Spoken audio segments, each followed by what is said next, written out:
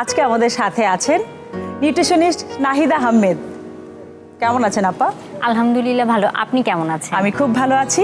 কি রেসিপি দেখাচ্ছেন আজকে আমাদেরকে? আজকে দেখাবো ইফতারে চট জলদি বিফ ফাজিতা। নাহিদা আপু, আপনি একটু বলে দেন আমাদের কি কি লাগছে। যেহেতু বিফ ফাজিতা, আমাদের সর্বপ্রথমে লাগছে বিফ। তারপর আমরা নিয়ে নিয়েছি টমেটো স্লাইস করে কেটে নিয়েছি।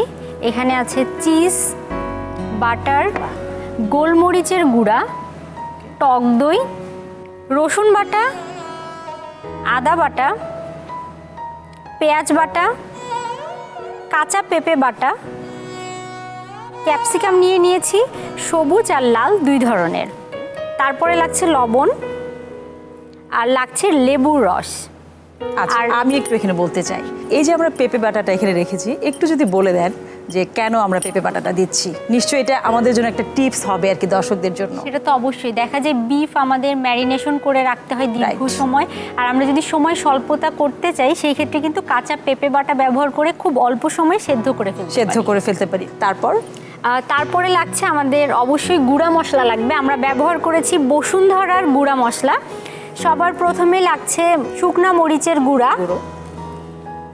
ধনিয়া গুঁড়া, জিরা গুঁড়া। আজকে আমাদের এই তিনটা গুঁড়া দিলেই আমাদের রেসিপিটা কমপ্লিট হয়ে যাবে। আপু, আপনি কি একটা জিনিস লক্ষ্য করেছেন, এই যে বসুন্ধরা গুঁড়া মশলার যে জারটা, এটা কিন্তু মানে দেখেই কিন্তু একটা অন্যরকম একটা ব্যাপার, মানে জাস্ট ওয়াও, এত সুন্দর জার আমার মনে হয় না অন্য কোনো কিছুতে আছে। আরও অনেক কিছু ব্যাপার আছে বসুন্ধরা গুঁড়া মশলার ক্ষেত্রে। আমরা রান্নার ফাঁকে ফাঁকে সেগুলো আমরা নিশ্চয়ই দর্শকদের সঙ্গে শেয়ার করব। তাহলে আমরা চলে যাচ্ছি তারপরের স্টেপে। আমরা এর মধ্যে ম্যারিনেশনের জন্য সবার প্রথমে দিয়ে দিব লবণ। স্বাদ না হলে কোনো কিছুই যেন পরিপূর্ণ হয় না। এখানে বিফ কতটুকু আছে?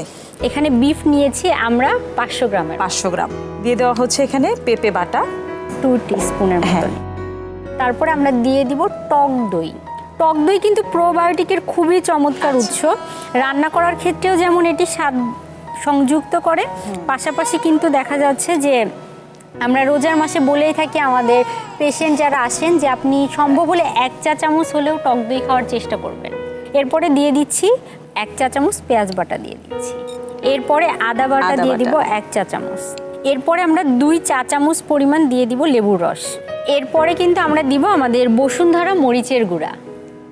আমার যেহেতু পরিমাণ দেখাতে হবে সেজন্য আমি পুরোটা খুলেই দেখাচ্ছি। এখানে 1 চা চামচ পরিমাণ আমি দিয়ে দিব। ওকে।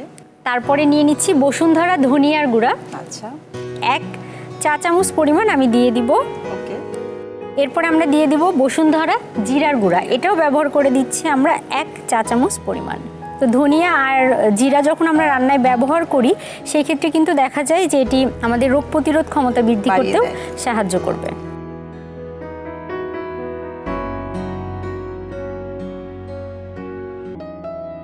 এখন হচ্ছে আমরা এটা ম্যারিনেট করে নিলাম। এটা এখন রেখে দিতে হবে 30 মিনিট কমপক্ষে, যদি হাতে সময় থাকে 1 ঘন্টা ম্যারিনেট করে রাখতে হবে।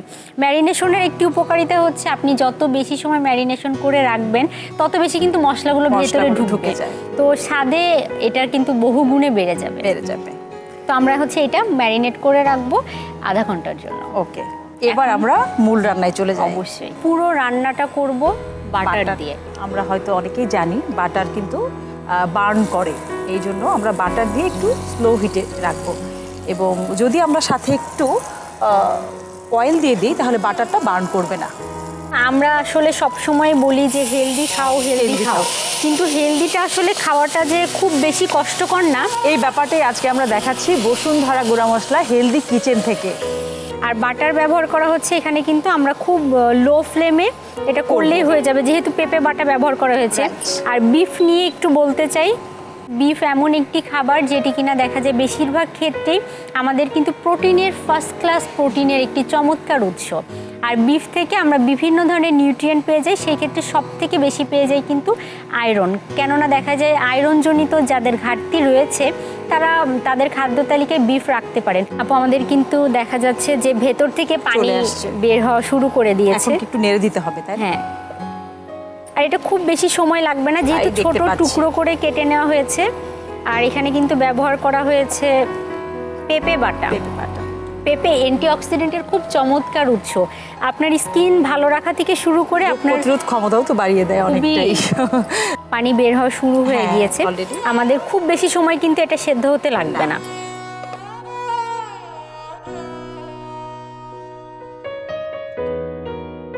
হ্যাঁ, এটা পানিটা শুকিয়ে গেলে আমরা নামিয়ে ফেলবো, হ্যাঁ। কারণ এটা তো অলমোস্ট সেদ্ধ হয়ে গিয়েছে। আচ্ছা, ওখানে আর কিছু লাগবে আপনার? বসুন্ধরার রেডি টু ইট যেই রুটিগুলো আছে সেগুলো। দেখতে পাচ্ছেন আমাদের ইনস্ট্যান্ট রুটি।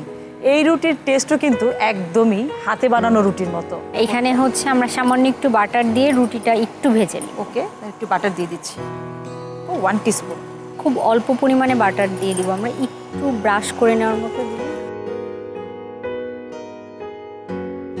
সামান্য একটু বাটার দিয়ে রুটিটাকে জাস্ট উল্টে নেওয়া হচ্ছে, তাই তো? হ্যাঁ, যেন একটু কালারফুল হয় কালারফুল দেখতে। চলে আসে।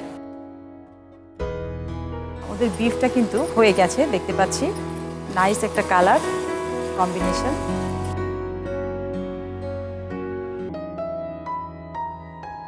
দর্শক, আমরা দেখতে পাচ্ছি চিজটাকে একটু গ্রেট করে নেওয়া হচ্ছে।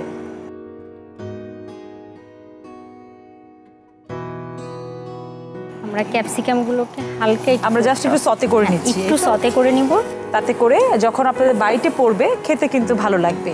সামান্য একটু salt বাটার যাবে। আর সল্ট দিয়ে দেব। খুব সামান্য পরিমাণে একটু সল্ট যাচ্ছে, একটু গোলমরিচের গুঁড়ো। গোলমরিচের গুঁড়ো।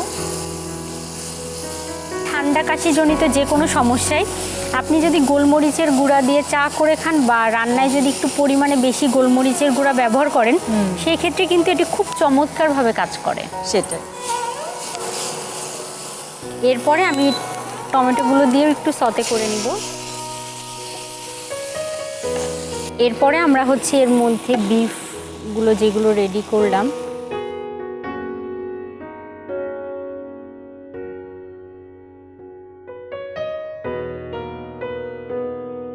বাহ, লুকটা কিন্তু চেঞ্জ হয়ে গেছে, দেখতে কিন্তু আরো ভালো লাগছে। তৈরি হয়ে গেল মজাদার বিফ ফাজিতা। বাহ আপু, আপনাকে অনেক ধন্যবাদ এত অল্প সময়ে এত মজার এবং হেলদি একটি রেসিপি করে দেখানোর জন্য। প্রিয় দর্শক, এই ছিল আমাদের আজকের আয়োজন। আগামী অনুষ্ঠান দেখার আমন্ত্রণ জানিয়ে শেষ করছি আমাদের আজকের আয়োজন। ততক্ষণ পর্যন্ত ভালো থাকুন, সুস্থ থাকুন, বসুন্ধরা গুঁড়া মশলার সাথেই থাকুন। ধন্যবাদ সবাইকে।